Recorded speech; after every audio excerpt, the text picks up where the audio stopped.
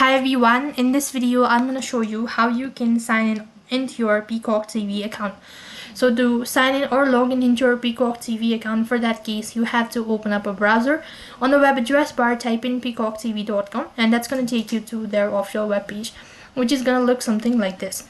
While you're on this page, go ahead and select the sign in button from the top right hand side corner, and as you do that, go ahead and enter in the information. Either that could be an email address or a username and then the password.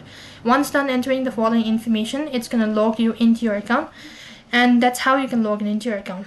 However, if you're unable to log in, or if the information seems to be invalid or incorrect, then you can just go ahead and select forgot user ID or password, and accordingly you'll be provided with the instructions on how you can recover your account. So that's how you can log in into your Peacock TV account. That is all for this video. I hope the video was helpful.